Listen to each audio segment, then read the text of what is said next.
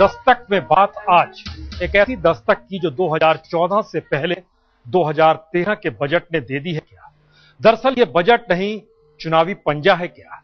यह सवाल इसलिए बड़ा महत्वपूर्ण है क्योंकि जिस लिए चिदंबरम जाने जाते हैं, यूपीए जिस तरीके से आर्थिक सुधार को लेकर आगे बढ़ती रही, इस दौर में ऐसा क्या आ गया?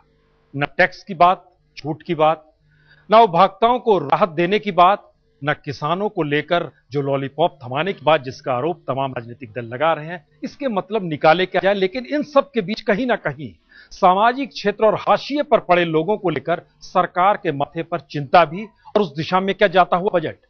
सवाल कहिए हमारे साथ बीजेपी, कांग्रेस और सीपीएम के नेता भी जुड़ेंगे, यानी सरकार के मंत्री सचिन पायलट भी हमारे साथ जुड़ेंगे।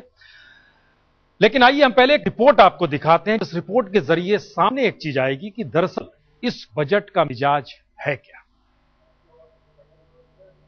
On behalf of the government, the Prime Minister and the chairperson of the UPA, I make a promise. The UPA government believes in inclusive development, the UPA government's socio-economic objectives, with emphasis on improving human development indicators. I therefore propose to set up India's first women's bank as a public sector bank. Chidambaram के budget भाषण पर तालियां बजाती सोनिया गांधी का अंदाज और विपक्ष की नेता सुषमा स्वराज की मुस्कान ने सब कुछ बयां कर दिया। हाल के महीनों में आर्थिक सुधार पर मनमोहन सरकार का जोर रहा हो, लेकिन लोकसभा चुनाव से पहले आखिरी बजट में कांग्रेस को पारंपरिक वोट बैंक ही याद आया।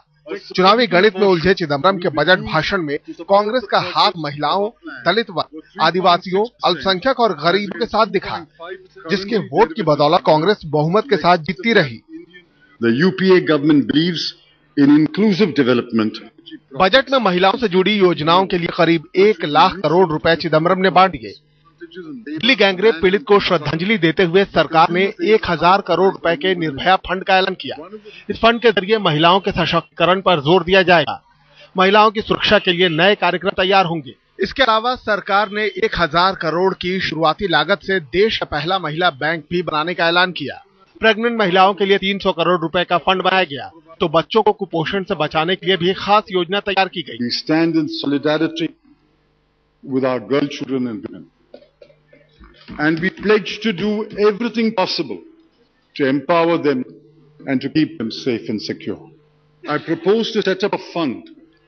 Let us call it the Nirbhaya Fund, and government will contribute rupees 1000 crore. Budget भाषण में वित्त मंत्री की पूरी कोशिश यही रही कि सरकार गरीबों, दलितों, आदिवासियों, अल्पसंख्यकों के साथ दिखे। दलित और आदिवासियों के विकास के लिए 41,000 करोड़ रुपए का आवंटन किया गया। दलित लड़कियों के लिए स्कॉलरशिप का ऐलान किया गया, तो आदिवासियों की शिक्षा के लिए 24,000 करोड़ रुपए दिए गए। अल्पसंख्यक मामलों के मंत्रालय के लिए 3,511 करोड़ रुपए दिए गए, जो चालू वर्ष के बजट अनुमान से 12% ज्यादा है। 2014 के चुनाव के लिहाज से बेहद अहम डायरेक्ट कैश ट्रांसफर योजना का गुणगान भी किया गया। सरकार ने 51 जिलों से बढ़ाकर इसे पूरे देश में लागू करने का ऐलान किया। इसके अलावा किसान और गरीबों के लिए सरकार की दूसरी अहम योजना मनरेगा की रकम भी बढ़ाकर 33,000 करोड़ रुपए कर दी गई। भूखे पेट सोने वाली देश की 40% आबादी का पेट भरने के दावे के साथ आने वाले खाद्य सुरक्षा बिल के लिए शुरुआती 10,000 करोड़ रुपए भी इसी बजट में दिए गए। The National Food Security Bill is a promise of the UPA government. I sincerely hope that Parliament will pass the bill as early as possible. Honourable members will be happy to know that I have set apart, over and above the normal provision for food subsidy, I have set apart 10,000 crore rupees towards the incremental cost that is likely under the Act. 60% युवाओं वाले इस देश में बहुत बड़ा vote bank युवाओं का है। ऐसे में सरकार ने राष्ट्रीय हुनर विकास निगम को 1000 करोड़ रुपए देने का ऐलान किया, ताकि इस साल 90 लाख युवाओं को प्रशिक्षित किया जा सके। ट्रेनिंग पूरी करने पर उन्हें 10,000 रुपए भी दिए जाएंगे। साथ ही AMU, BHU और TIS गुवाहाटी जैसे संस्थानों को 100 करोड़ रुपए भी दिए गए हैं। अभी चंद दिनों पहले तक चिदंबरम आर्थिक सुधार और कटौती की बातें कर रहे थे, लेकिन जब बजट पेश करने आए तो उसे चुनावी चाशनी में लपटा कर पेश कर गए। साफ है, चिदंबरम पर दबाव था कि चुनाव को देखकर कांग्रेस के परंपरागत वोट बैंक को मजबूत किया जाए, यानी साफ तौर पर चिदंबरम पर चुनावी जादू चल गया। संदीप सुनवलकर, दिल्ली, आज तक। चुनावी जादू या चुनावी मजबूरी। हमें पहले एक आपको दृश्य दिखा दें। दरअसल ये चुनावी पंजे की बात क्यों हो रही है। पहला, महिलाओं को कहीं ना कहीं टारगेट किया गया है, उनको सहूलियत देने की बात। दलितों को लेकर चिदंबरम साहब ने बहुत ज्यादा जिक्र किया है। आदिवासियों का जिक्र है बजट में। महिलाएं, दलित, आदिवासी, अल्पसंख्यक, ध्यान दीजिएगा जरा, ये एक पारंपरिक वोट बैंक है और इसमें गरीबों का जिक्र कई बार किया गया है। आम आदमी शब्द नहीं लाया गया है, लेकिन ये हिस्से बतलाते हैं कि सरकार का इस बजट को लेकर नजरिया क्या रहा हो। सचिन पायलट जी, ये माना जा रहा है कि इस बजट के बाद महंगाई जबरदस्त बढ़ने वाली है। सरकार आम आदमी की महंगाई को लेकर कुछ सोचती है? महंगाई एक चिंता का विषय है, लेकिन पिछले कुछ महीनों में जो ओवरऑल इन्फ्लेशन है वो में कटौती हुई है, लेकिन जो खाद्य पदार्थ हैं उसको इन्फ्लेशन को लेकर आज भी हम लोगों को चिंता है। और वित्त मंत्री जी ने खुद अपने भाषण में बोला कि फूड इन्फ्लेशन अभी भी एक बहुत बड़ी चुनौती हमारे सामने है। लेकिन आपको जानकर खुशी होगी कि इस बार भारतवर्ष में 250 मिलियन टन अनाज हम लोग पैदा करेंगे, रिकॉर्ड उत्पादन है। और यहाँ पर जो कृषि से जुड़े लोग, संबंधित लोग हैं, जो जमीन पर काम करते हैं, उन लोगों को प्रोत्साहित करने के लिए हम लोगों ने अनेकों स्कीम बजट में लेकर आए हैं। लेकिन ग्रामीण क्षेत्र में जो कृषि से संबंधित लोग हैं उनको पिछले साल हमने 5.25 लाख करोड़ रुपए का ऋण दिया था और अगले साल हम लोगों ने अपना टारगेट 7 लाख करोड़ का रखा है। तो खाद्य पदार्थ, फूड सिक्योरिटी, चाहे वो गरीबों के लिए हो, चाहे वो आम व्यक्ति के लिए हो, एक बहुत बड़ा संकल्प हमारी सरकार का है। और मैं समझता हूँ शिक्षा और सूचना अधिकार के बाद अब खाद्य सुरक्षा का जो अधिकार है, ये अपने आप पे एक बहुत बड़ी उपलब्धि लोगों की है। लेकिन वो तबका जो एक मिडिल क्लास का है, शहरी है, डीजल की कीमतें बढ़ेंगी, सब्सिडी कम करने का एक तरह से दबाव है, और जो खासतौर से रेटिंग वाली कंपनियां वो भी कहते रहिए आप बाजार के हवाले सब कुछ कर दीजिए। क्या करे आम आदमी, कहां जाए? नहीं, मैं नहीं मानता हूं कि हम लोग एक जिम्मेदार देश हैं, एक जिम्मेदार सरकार है और किसी रेटिंग एजेंसी या किसी बाहर के कोई व्यक्ति के कहने से हम लोग अपना निर्णय लेते हो। जहां तक डीजल और तेल की बात है, आप जानते हैं कि आज भी भारतवर्ष में हम 80% अपना जो ईंधन है हम लोग आयात करते हैं।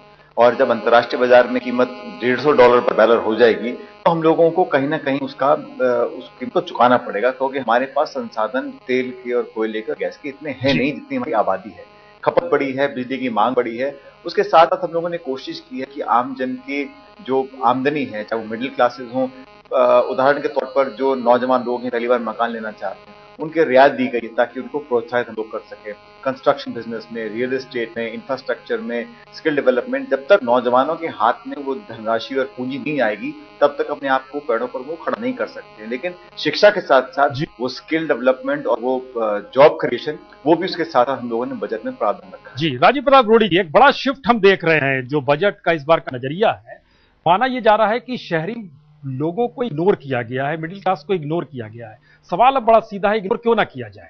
उन्हें तो बीजेपी नजर आ रही है और बीजेपी के लिए ये वोटर खड़े हो गए हैं।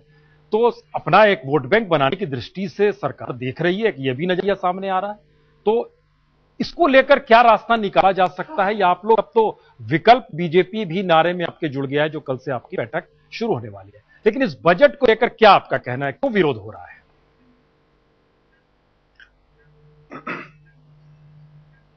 देखिए, पता नहीं आपको कैसे लग रहा है कि ये जो मिडिल क्लास है उसको इग्नोर किया है।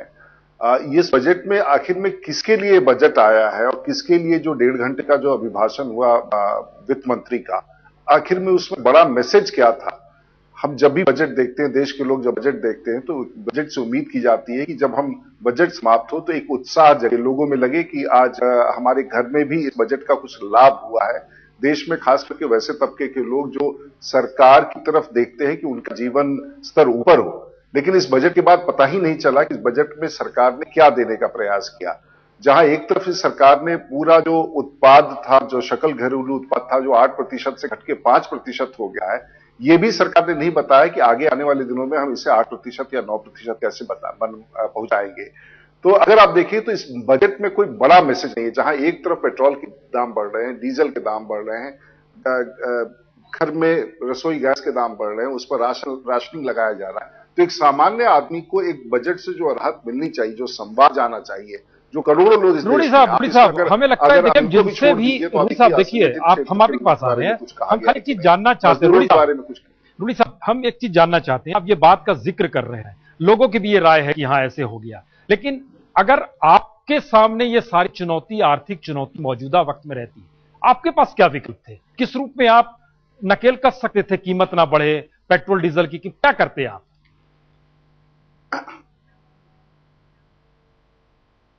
देखिए, आज जो ये विकास का दर घटा है और देश में साधन का भी अभाव या संसाधन का अभाव है, तो इसके लिए सरकार पूरी तरह से अंतर्राष्ट्रीय स्थिति को जिम्मेवार ठहरा रही है। लेकिन हमारा मानना है कि जिस प्रकार से पिछले 4 साल से ये सरकार चला रहे हैं, ये सरकार खुद अपने कारणों से, खुद अपने नीतियों के कारण, खुद अपने कार्यशैली के कारण आज कंगाल हो गई है।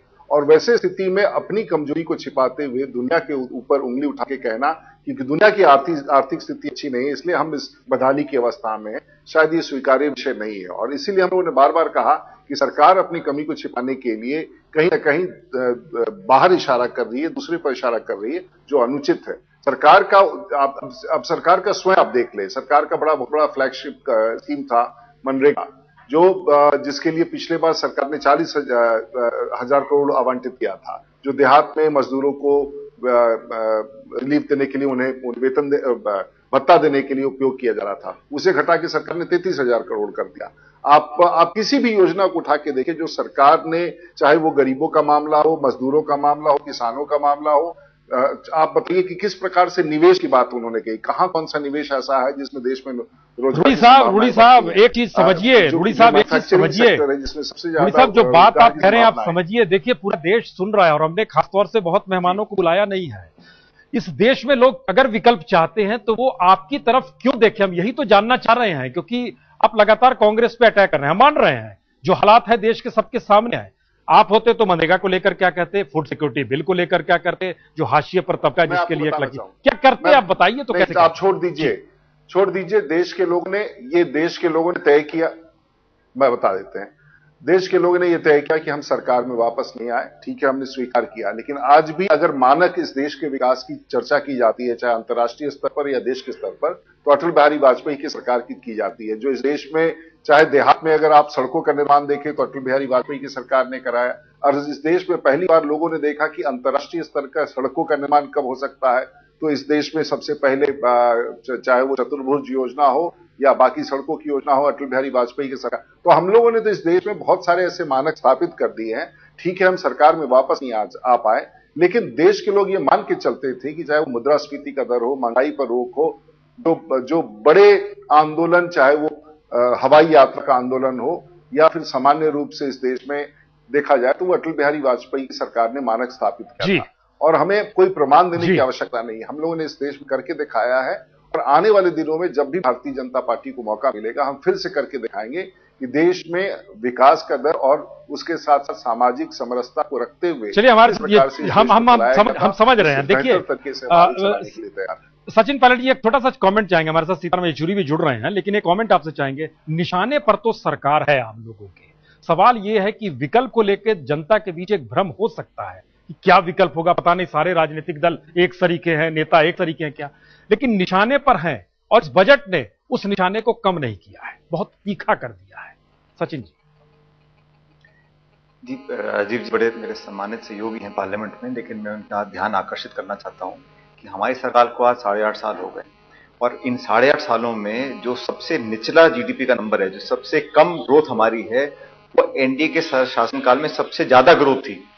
तो ये तुलना करना कि उनकी सरकार ने क्या क्या नहीं किया, मैं समझता हूं आज कोई उसका औचित्य नहीं है। हमें तो भविष्य के लिए किन चुनौतियों का सामना करना है, और आज जो विश्व में जो आर्थिक संकट है उसका भारत ने मुकाबला करते हुए दुनिया में तीसरे नंबर का स्थान हमारा है आर्थिक और जीडीपी ग्रोथ के अंदर। मुझे नहीं लगता कि सरकार किसी के निशाने पर है। ये निश्चित रूप से जो विपक्ष में हमारे नेतागण हैं उनका एक दायित्व है, जिम्मेदारी है उनका, मैं समझता हूं उनका मन भी करता होगा हमारा विरोध करने का, लेकिन अंतिम निर्णय तो जनता जनार्दन का है। और जब चुनाव होंगे तब हमको पता पड़ेगा कि चलिए, जो सरकार के साथ खड़े हैं वो विरोध कर रहे हैं, सरकार के विरोध में नीतीश कुमार हैं, उस बधाई दे रहे हैं।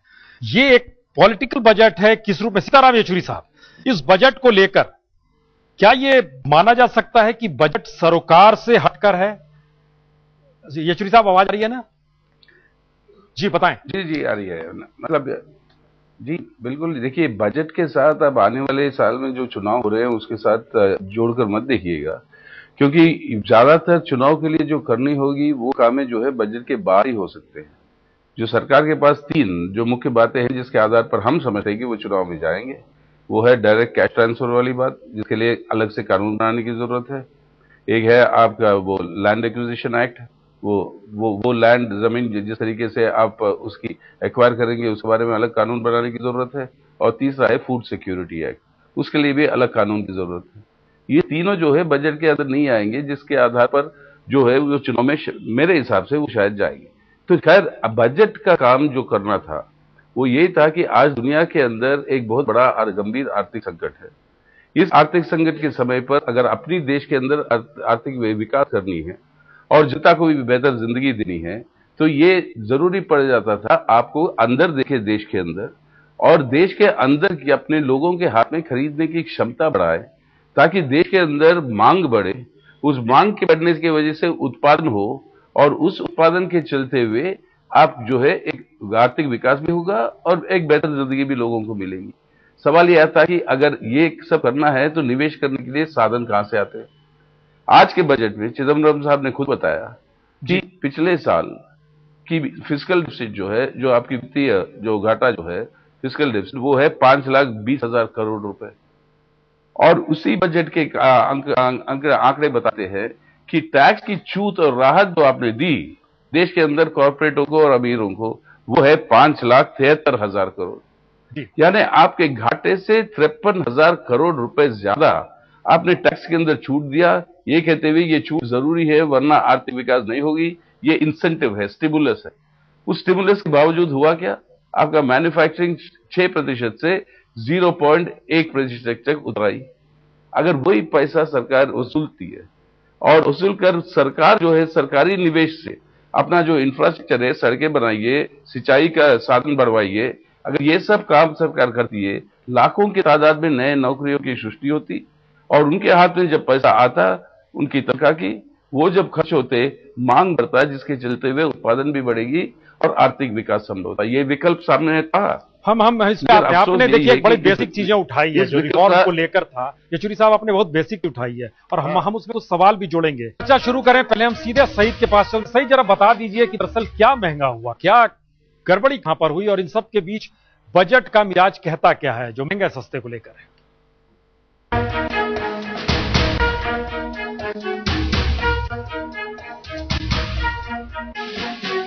और बजट से पहले देश की आम जनता इस बात की उम्मीद करती है कि काफी कुछ सस्ता होगा, जो उसकी तनख्वाह है, जो उसके घर का बजट है, उसमें कुछ पैसे बचेंगे और वो आगे भविष्य की योजनाओं में उस पैसे को लगाएगा, वो बजट उसे राहत देगा। लेकिन वित्त मंत्री पी चिदम्बरम ने जब अपना बजट पेश किया है तो उसमें इस देश के आम जनता के लिए, मध्यम वर्ग के लिए कुछ भी नहीं है। सस्ती होनी चाहिए थी चीजें, घरेलू इस्तेमाल में आने वाली चीजें सस्ती होती तो उसे फायदा होता, लेकिन ऐसा कुछ नहीं हुआ है। लेकिन क्या क्या महंगा हुआ है? महंगाई जरूर बढ़ी है। हालांकि ये लग्जरी कार की जो हम बात कर रहे हैं वो मध्यम वर्ग से ऊपर की चीज है, और ऐसे लोगों की चीज है जिसके पास पैसा है। काफी पार्ट्स महंगे हो रहे हैं, एक्साइज ड्यूटी बढ़ रही है, टैक्स लग रहा है, इस वजह से लग्जरी कार अगर अभी आप लेना चाहते हैं तो वो महंगी जरूर हुई है। बड़ी कार आप लेना चाहते हैं, परिवार के साथ, दोस्तों के साथ एक साथ घूमना चाहते हैं, ज्यादा लोग एक साथ बैठना चाहते हैं, तो एसयूवी भी महंगी हो गई है, जाहिर सी बात है। और इसके महंगे पीछे करने का कारण भी वही है। हालांकि आम आदमी का इस विदेशी बाइक या इस तरह की मोटरसाइकिलों से कोई लेना देना नहीं होता है। जिनके पास पैसा होता है उनके लिए ये शौक की चीज होती है, इस्तेमाल से ज्यादा वो भी महंगी हो गई है, क्योंकि इम्पोर्ट ड्यूटी भी बढ़ी है और दूसरे पार्ट भी लगातार महंगे हो रहे हैं। लेकिन 2000 से ज्यादा महंगा मोबाइल, 2000 रुपया कीमत से ज्यादा का अगर मोबाइल आप खरीदने जाते हैं तो वो महंगा होगा। आम इंसान की जरूरत बन गया है आज मोबाइल। हर इंसान के हाथ में मोबाइल देखा जाता है, लेकिन गरीब आदमी 2000 के अंदर ही उसे ले सकता है। सिगरेट पीना स्वास्थ्य के लिए हानिकारक है, जाहिर सी बात है, लेकिन फिर भी सिगरेट बिकती है और महंगी है काफी, लेकिन अब और ज्यादा महंगी। बिल्कुल, सिगरेट महंगी है, एसयूवी महंगा है, मोबाइल महंगा है, और हमें लगता है कि इस महंगाई के दौर में ये चीजें तो महंगी हो जानी चाहिए थी। महंगी चीजें क्या है, महंगाई को लेकर आपको क्या लग रहा है?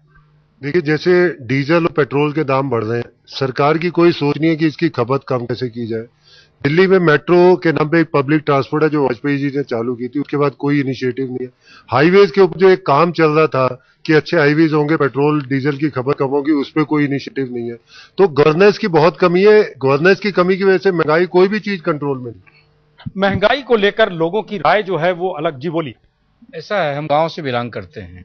5 साल पहले मैंने देखा था गांव में कुछ लोग भूखे मर जाते थे, लेकिन मनरेगा चालू होने से लोगों को आज भूखमरी के कगार से सरकार ने बचाया है। इनका एक सराहनीय कदम है। वाजपेयी ने अगर मेट्रो चलाया था तो मेट्रो को आगे बढ़ाया कांग्रेस सरकार ने, यूपीए सरकार ने। महंगाई बढ़ रही है, इस पर चिंता का विषय है। विकलांगों के लिए कोई छूट नहीं दिया इन्होंने, ना कोई बैंक बनाया है। हम चाहते हैं कि जो गरीब तबके हैं, कमजोर हैं, जिनका कोई सहारा नहीं है, जैसे विकलांग हैं, उनकी तरफ गवर्नमेंट को एक बैंक बनाना चाहिए उनके विकास के लिए। सचिन पायलट जी देखिए, एक सवाल तो यह है, फूड सिक्योरिटी बिल भी आ रहा है, मनरेगा भी आ रही है, मनरेगा था पहले से, उसमें किया गया है। ये सवाल तो वाकई है कि एक राहत भी मिली है, लेकिन एक दूसरा सवाल यहीं से शुरू होता है, जो महंगाई का सवाल। हम बार बार एक चीज देख रहे हैं लोगों के जहन में, जितनी कमाई है उसकी तुलना में महंगाई कहीं ज्यादा तेजी रफ्तार से बढ़ी है। इस दिशा में सरकार को देखना चाहिए, नहीं देखा जा रहा है। क्या इससे इनकार है? जैसे मैंने शुरू में कहा कि महंगाई दर एक चिंता का विषय है, लेकिन पिछले कुछ महीनों में थोड़ी बहुत कमी उसमें भी आई है। लेकिन उसके साथ साथ उसका मुकाबला करने के लिए हम लोगों की जेब में ज्यादा पैसा देखना चाहते हैं, चाहे वो किसान हो, चाहे मध्यम वर्ग हो, चाहे व्यवसायी हो, चाहे कोई भी व्यक्ति हो। और जैसा आप, मेरे को लगता है चिंता देश में आज ये है कि जो अमीर और गरीब की जो खाई है, जो दूरी है, वो बहुत बढ़ गई है। इसलिए वित्त मंत्री जी ने आज जो 5 लाख तक की जो इनकम के लोग हैं उनको टैक्स में रियायत दी है, और जो 1 करोड़ से ज्यादा कमाते हैं उनको थोड़ा चार्ज ज्यादा किया है। मैं नहीं समझता हूं कि देश में जो बहुत अति अमीर आदमी है या व्यक्ति है उसको थोड़ा बहुत प्रतिशत ज्यादा शुल्क चुकाने में कोई बहुत नुकसान है, बहुत ज्यादा दिक्कत होगी। इसलिए इस अमीर और गरीब की खाई को, इस गांव और शहर की खाई को हमको टापना होगा, और इसके लिए ये कोई बहुत आसान काम नहीं है, लेकिन इसमें सब लोगों की सामूहिक रूप से हम लोगों की इच्छा शक्ति और संकल्प करना होगा। महंगाई को लेकर जैसा मैंने शुरू में कहा, जो खाद्य पदार्थ हैं उनकी सबसे बड़ी चिंता है, और उसको कम करने के लिए कौन पाटेगा? सचिन पायलट जी, सरकार पिछले 2004 से चल रही है, सवाल तो यही है, इसे पाटेगा कौन? ये दूरियों को कौन? हमने जैसा कहा सुन जी, नहीं, हम पूरी कोशिश कर रहे हैं। और जैसे मैंने कहा, जो नीति निर्माण हमारा है, जो बजट एलोकेशन है, जो हम लोग गांव में, देहात में, कृषि में, खाद में, बीज में, बिजली में लोगों को सहायता, सब्सिडी, ऋण आदि देते हैं, इसलिए देते हैं ताकि किसान भी अपने आप को मजबूत महसूस कर सके। सिर्फ शहर में रहने वाले लोग ही भारतवर्ष में नहीं रहते हैं, इस देश में 6.5 लाख गांव भी हैं, और हमको शहर और गांव दोनों के लोगों को साथ लेकर चलना पड़ेगा। इसलिए जितनी हमारी पॉलिसीज पिछले 8 साल की हैं, उसमें हमने कहीं भेदभाव नहीं किया है। जो ऐसा वर्ग है जो वंचित है, जो सामाजिक दृष्टि से या भौगोलिक दृष्टि से बहुत दूर है या बहुत छोर में कोने में पड़ा है, उसको मेन स्ट्रीम में लाने का काम हमारी सरकार ने किया है। चाहे रोजगार गारंटी हो, चाहे शिक्षा का अधिकार हो, और एक खाद्य सुरक्षा का जो बिल है, ये कोई आम बिल नहीं है। इतने बड़े मुल्क के अंदर ये अपनी जिम्मेदारी लेना कि इस देश में कोई भूखे पेट नहीं सोएगा, ये कोई छोटा मोटा इरादा नहीं है। इसमें जो संसाधन चाहिए होंगे हम लोग देंगे, लेकिन ये इच्छा शक्ति, एक पॉलिटिकल विल होनी चाहिए जो कांग्रेस और यूपीए के अंदर है। जी, येचुरी साहब, हमारी आवाज अब तक आ रही है? येचुरी साहब, आवाज आ रही है हमारी अब तक?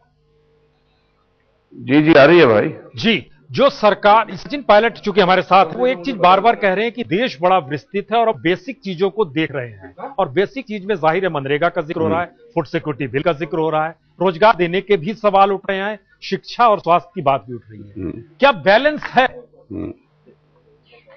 देखिए, बैलेंस का मतलब क्या है? देखिए, मनरेगा में जो पिछले साल 33,000 करोड़ का जो एलोकेशन था, वही एलोकेशन है 33,000 करोड़ का इस साल भी। जहां तक शिक्षा और स्वास्थ्य के सवाल है, बजट के अंदर जो बढ़ाया हुआ खर्चा है, वो जो दिखाया कि एलोकेशन जो बढ़ी है कुछ करोड़ों की, वो आपके जीडीपी के परसेंटेज के हिसाब से आप देखें तो वो पिछले साल के मुकाबले में घटी है भाई। इस बीच में जीडीपी तो बढ़ा है ना देश का, तो उस सब चीजों को जीडीपी के प्रोपोर्शन में जब अगर आप देखने लगो तो ये सब घटा हुआ है। रूरल डेवलपमेंट घटा है, एजुकेशन में घटा है, आपके जिसके हेल्थ के अंदर घटा हुआ है। और सबसे बड़ी बात ये बताऊं मैं कि आपके सब्सिडीज जो है वो इस बजट में 26,500 करोड़ रुपए कम हुए हैं। आपके पेट्रोलियम सब्सिडी ही जो अलग से अगर आप उसके जो आंकड़े दिए गए हैं उसके अंदर 30,000 करोड़ रुपए से ज्यादा कम है। इसका मतलब यह है कि पेट्रोलियम पदार्थों के दाम जो है बढ़ते जाएंगे पूरे साल भर, और उसके चलते हुए ये आम इन्फ्लेशन भी बढ़ता रहेगा, महंगाई तो और ज्यादा बढ़ती जाएगी। तो एक्चुअली इसके अंदर सवाल ये आपको याद देखना है कि सरकार ने एक तरफ से अपने खर्चे को कम करके दूसरी ओर से टैक्स की आमदनी की उम्मीद जो दिखा रही है, वो उम्मीद भी मेरे हिसाब से पूरा होने वाला नहीं है। क्योंकि अगर आप कह रहे हो कि इस साल, आने वाले साल में आपके टैक्स की आमदनी जो है तकरीबन 20% के तरफ के आसपास बढ़ेगी, तो ये संभव नहीं है आज के आर्थिक मंदी की परिस्थिति में पूरी दुनिया में और देश में। तो यहाँ पर सवाल येचुरी साहब एक चीज बताइए, हमारे पास चूंकि वो एसोचैम, सीआईआई, फिक्की तीनों ने बड़ाई की है इस बजट की। मूडीज की तरफ से भी आई है कि रेटिंग तो कम नहीं कर रहे हैं लेकिन हम खुश हैं। दूसरी तरफ आम लोग और पॉलिटिकल पार्टीज का विरोध, जन विरोधी बता रहे। कैसे लकीर ये खींच रही है बीच में? जी येचुरी साहब। ना बिल्कुल सही है, लेकिन जो खींच रही है, यानी जो इस बजट से जिनको राहत मिल रहा है वो प्रशंसा कर रहे हैं, और जो वो राहत जो उनको मिली, अब ये कहना कि सुपर रिच पे टैक्स डाल दिया, असली बात क्या है? असली बात यह है कि अगर आप 1 करोड़ से ज्यादा आपकी आमदनी है, उसके ऊपर आप जो टैक्स दे रहे हो, जितना टैक्स आप दे रहे हो उसके अंदर 10% और ज्यादा दोगे आप। अगर 1 लाख रुपए टैक्स भर रहे हो आप, तो आज इस साल 1,10,000 रुपए बढ़ोगे। बस वो सिर्फ 10,000 का ही फर्क था। नहीं, लेकिन क्या येचुरी साहब क्या आप इस बात से इनकार करेंगे कि पहली बार बजट में जिस तरीके से जिक्र किया गया महिलाओं का, कमजोर तबके बच्चों को लेकर, अल्पसंख्यक तबके, मिड डे मील, आदिवासी विकास, मनरेगा, ग्राम सड़क योजना, सड़क पानी की बात, कृषि मंत्रालय का बजट बढ़ गया, ये पहली बार हम देख रहे हैं ये चेहरा नया भी। नहीं, पहली बार आप देख रहे हो कि आप ये सवाल उठाया गया महिलाओं का। सवाल उठाना बजट का काम नहीं है, बजट को साधन देना उस काम के लिए वो है बजट का काम, वो नहीं हुआ। तो आप एक महिलाओं के बैंक अलग से बना दें तो उसे कोई महिला को 1 पैसा ज्यादा मिलने वाला है क्या उससे? तो आप ये सब एक सिंबलिज्म, ख्याल नेक है कुछ, लेकिन उन ख्यालों को लागू करने के लिए जो साधनों की जरूरत है, जो काम बजट को करना है, वो नहीं किया। और जहां तक रेगा के सवाल है या सड़क योजना के सवाल है, ये सब पुराने प्रोग्राम है जो चलते आ रही है। एक दौर था बात इस देश में नागरिकों को लेकर होती थी, लेकिन कहा गया जी नहीं, स्थिति बदल गई है, बात उपभोक्ताओं को लेकर। ये बात थी दरअसल एक दौर में वेलफेयर स्टेट की बात थी, इस दौर में बाजार सब कुछ तय करेगा। सवाल डीजल पेट्रोल तक का नहीं है, चीनी भी बाजार के हवाले किया जा रहा है, बाजार खोला जा रहा है और बाजार के जरिए देश की सरकार चुनी जाती है और उसके बाद बाजार चीजें तय करता है। देखिए, मैंने आपसे एक बात कहना चाहता हूं कि ये बजट है, ये बजट बेसिकली आम आदमी के लिए नहीं है। ये बजट जो है एक सोच के पीछे है, जो हमारे देश के सुप्रीम लीडर हैं, जो इस बात को मानते हैं कि जो सेंटर से पैसा जाता है उसमें से सिर्फ 10% पैसा एक्चुअल लोगों तक पहुंचता है। वो जो 90% पैसा है, आप इस बजट में भी देख लीजिए, चाहे वो मनरेगा हो, चाहे वो मिड डे मील हो, चाहे वो पंचायती राज का पैसा हो, इतना पैसा वो जो 90% लोग हैं, बाकी 90% हो जाता है। जी, बजट जो बनाया गया है ये गरीबों को नहीं है, ये अमीरों को इफेक्ट होगा, ये बड़े बड़े कंपनियों का है ये बजट। गरीब का जो है इसके अंदर कोई भी लेना देना। येचुरी साहब, रास्ता निकलेगा कैसे? जनता बार बार कहती है कि ये सरोकार तो हमसे है नहीं, बजट का मतलब हमारे पास जुड़ा हुआ नहीं है, और एक तरह का गुस्सा भी रहता है। येचुरी साहब, कैसे रास्ता निकलेगा?